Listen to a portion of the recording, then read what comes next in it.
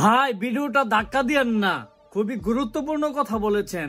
আমাদের জনপ্রিয় কণ্ঠশিল্পী আসিফ আকবর কি বলেছেন, কথাগুলো মনোযোগ দিয়ে শুনে যাবেন এবং ভিডিওটা ভালো লাগলে বেশি বেশি করে শেয়ার করবেন।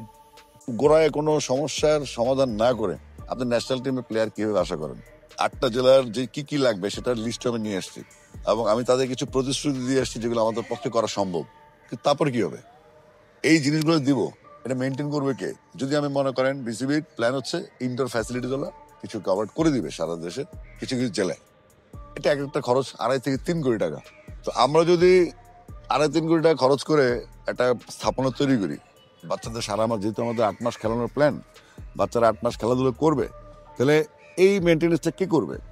টোটাল একটা শুভঙ্করের ফাঁকি কাজ করছে। তাহলে আমরা তো টাকা শ্রাদ্ধ করতে পারি না, মানুষের টাকা, টিকিট বেচার টাকা, স্পন্সরের টাকা, মানুষ টাকা দিয়ে খেলা দেখে তারপরে একটা ফান্ড হয়েছে। তো এই ফান্ডটা যদি মিস ইউটিলাইজ হয় তাহলে তো আমাদের এই যে যারা ক্লিনিক চালাচ্ছে, চাকরি করে, কোচিং করাচ্ছে, এখান থেকে বেরোতে হবে। এটা দৃষ্টি আকর্ষণের জন্য বেসিক্যালি আমি তাদেরকে গতকালকে লালমনিরহাট কালীগঞ্জ থেকে উড়ে ঢাকা নিয়ে আসছে আজকে সকালে, এবং ওরা চলে যাবে সন্ধ্যার ফ্লাইটে।